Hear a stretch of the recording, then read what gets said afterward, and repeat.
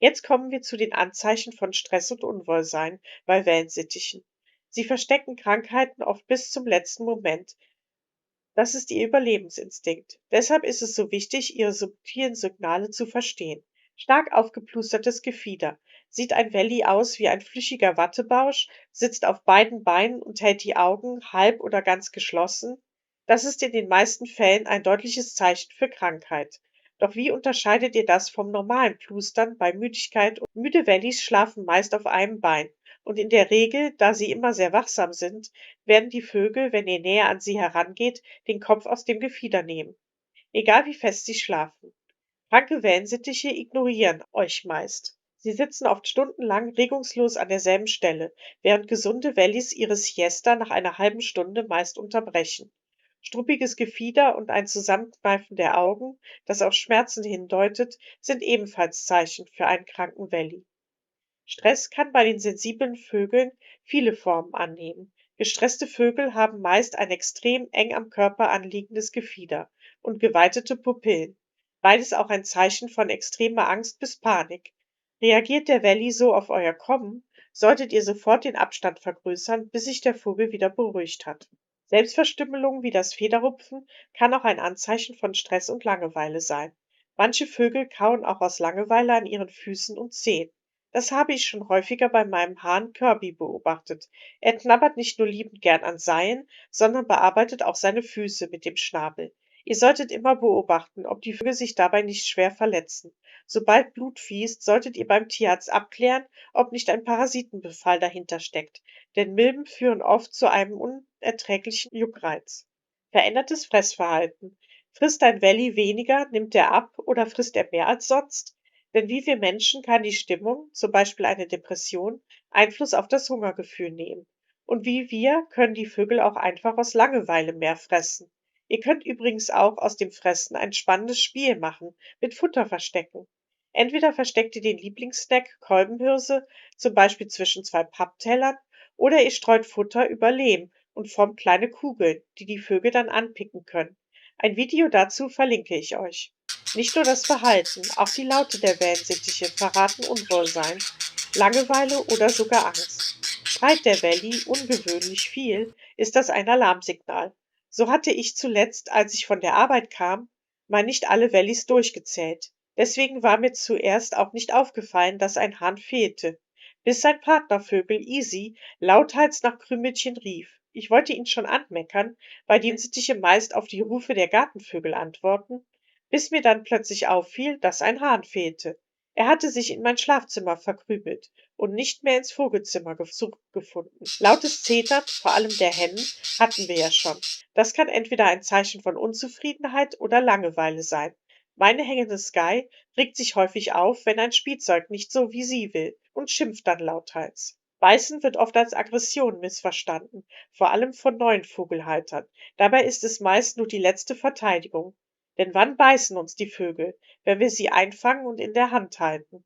Doch vor allem im Verhalten mit den Schwarmkollegen können wir häufig eine Vorwarnstufe erkennen. Ein geöffneter Schnabel und geweitete Augen. Das ist eine deutliche Warnung vor einem Biss. Flügelzittern, vibrieren. Sensible Wellis zeigen das oft bei Aufregung oder Anspannung, manchmal auch aus Freude. Hier ist der Kontext entscheidend. So war mein Wellensittichhahn Mara immer sehr nervös und offensichtlich gestresst vom Schwarmleben. Er wurde später leider zu einem meiner ersten und bisher einzigen Federrupfern. Flügel seitlich abgestellt und schnelle Schnabelbewegungen, Japsen oder Hecheln. Das kann Überhitzung sein. Dann braucht der Vogel unbedingt Schatten und die Möglichkeit, ein kühlendes Bad zu nehmen. Es kann aber auch auf Krankheit oder Schmerzen hindeuten. Schwanzfächern. Wenn der Schwanz gefächert wird, oft mit offenem Schnabel, ist das eine klare Warnung. Verschwinde. Wird dabei das übrige Gefieder eng angelegt, der Körper aufgerichtet und die Nackenfedern gesträubt, sollte sich der Vogel gegenüber wirklich aus dem Staub machen. Zeigt er aber auf den fixierenden Blick des Gegenübers, einen zurückgestreckten Kopf mit offenem Schnabel, versucht er mit dieser defensiven Haltung, den Angreifer milde zu stimmen. Ächzen oder Seufzen könnt ihr bei Anstrengung hören, wenn viel geknabbert wird oder bei übergewichtigen Vögeln nach dem Fliegen. Bei älteren Vögeln solltet ihr darauf achten, ob noch andere Atemgeräusche hinzutreten. Sie können nämlich ein Zeichen für eine ernsthafte Erkrankung sein. Hustenähnliche Geräusche oder ein hörbares Atemgeräusch wie Knacken oder Quietschen können ein Hinweis auf Luftsackmilben, Trichus oder eine andere Lungenerkrankung sein. Ihr solltet den Vogel möglichst rasch beim Tierarzt vorstellen, denn es könnte auch eine Kopfentzündung dahinter stecken oder ein Pilz wie die Aspergillose. Beides heilt nicht von selbst und bedarf einer medizinischen Behandlung. Allerdings kann Husten, Gähnen und Niesten abends auch völlig normal sein und ein Hinweis darauf, dass zu viel Staub in der Luft ist oder ihr das Vogelzimmer mal lüften solltet, weil die Luft zu trocken ist. Besonders die trockene Heizungsluft im Winter setzt den Vögeln zu.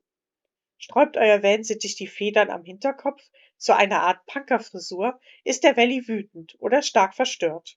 Wer von euch schon einmal einen Nachtschreck miterlebt hat, weiß, dass es sehr lange dauert, bis die völlig verängstigten Vögel sich wieder beruhigt haben. Doch welche Verhaltensweisen zeigen die Vögel genau, wenn sie in Panik sind? Wellensittiche sind von Natur aus Fluchttiere.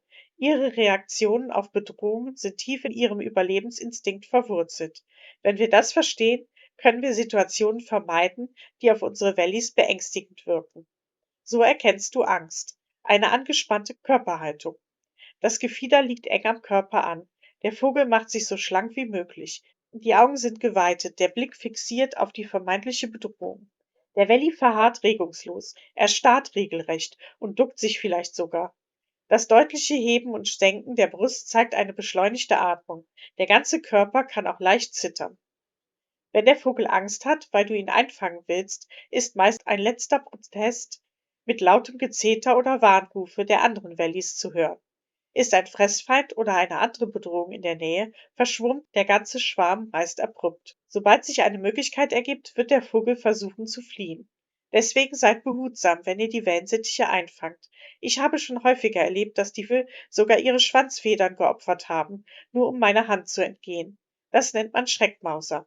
Die Federn wachsen meist nach einiger Zeit wieder nach. Vorsicht ist geboten, wenn ihr die Federn aus Versehen ausgerissen habt, denn dann können die Vögel sehr schnell verbluten. Habt immer ein Auge darauf, ob ihr verletzte oder blutige Federn seht. Ein besonderes Problem sind die sogenannten Night Frights oder der Nachtschreck. Die Vögel können im Dunkeln panisch umherflattern und sich dabei schwer verletzen. Oft musste ich einige Vögel mitten in der Nacht einsammeln, weil sie sich vor lauter Panik in ein anderes Zimmer geflüchtet hatten und nicht mehr zurückfanden. Neben der Angst und dem unschönen Erlebnis, aus dem Schlaf gerissen zu werden, können die Vögel sich in ihrer panischen Angst auch schwere Verletzungen zufügen. Gehirnerschütterungen, Flügelbrüche, Genickbrüche, sogar Todesfälle können die Folge sein. Die Auslöser sind oft unbekannt. Ein Albtraum, eine Bewegung des Partners oder plötzliche Geräusche. Leider bleibt die Panik nicht auf einen Vogel beschränkt. Sobald er panisch wegfliegt, breitet sie sich schnell über den ganzen Schwarm aus, und am Ende sitzen alle völlig verängstigt im Vogelzimmer an den unmöglichsten Plätzen, weil jeder versucht, sich vor der vermeintlichen Gefahr zu verstecken. Ich lasse den Vögeln deswegen immer ein Nachtlicht an. Es reicht häufig schon ein Stecker, wie für Kinder. Oder wenn ihr einen Dimmer habt, könnt ihr das Licht auf die niedrigste Stufe stellen. Es muss nur gerade so hell sein, dass die Vögel im Zweifelsfall genug sehen, um nicht gegen Möbel oder die Fensterscheibe zu prallen. So finden sie auch leichter wieder auf ihren Schlafplatz. Doch was könnt ihr bei akuter Panik in der Nacht tun? Als erstes solltet ihr nachsehen, ob es einen wirklichen Stressor gibt, der die Vögel aufgeschreckt haben könnte. Ist draußen etwas zu hören oder ist gar ein Tier im Vogelzimmer? Ihr solltet euch möglichst langsam bewegen, um die Vögel nicht noch mehr zu stressen. Sprecht leise und langsam mit den Wellis. Macht keine hastigen Bewegungen und vermeidet Sch-Sch-Laute. Die erinnern die Vögel nur an Schlangen und sorgen für noch mehr Angst. Lasst eure Hände unten und versucht nicht, die Vögel zu streicheln. Selbst noch so handsame Vögel sind jetzt nicht bereit für noch so gut gemeinte Streicheleinheiten. Wenn ihr kein Nachtlicht anhabt oder einen Dimmer, solltet ihr jetzt langsam für mehr Licht sorgen. Nicht direkt die Festbeleuchtung anmachen, sondern nach und nach die verschiedenen Lichtquellen anmachen. Dann können sich die Augen auch schneller an die geänderten Sichtverhältnisse anpassen. Wenn die Vögel nachts im Käfig schlafen, könntet ihr auch überlegen, den Käfig mit einer Decke abzudecken. So können die Vögel keine wandernden Schatten oder Lichtkegel von Autos sehen, die sie erschrecken könnten. Eine Routine vor dem Schlafengehen kann auch helfen, um den Übergang zur Nachtruhe anzuzeigen. So habe ich mein Rollo so programmiert, dass es immer zur selben Zeit heruntergelassen wird. Die Vögel wissen mittlerweile, wann es soweit ist und setzen sich schon vorher auf ihre Schlafplätze. Ich hoffe, das Video hatte einige spannende und neue Infos für euch. Im nächsten und letzten Teil meiner kleinen Miniserie geht es um das schönste Verhalten der Wellensittiche, die Freude und das Verliebtsein. Bis zum nächsten Mal.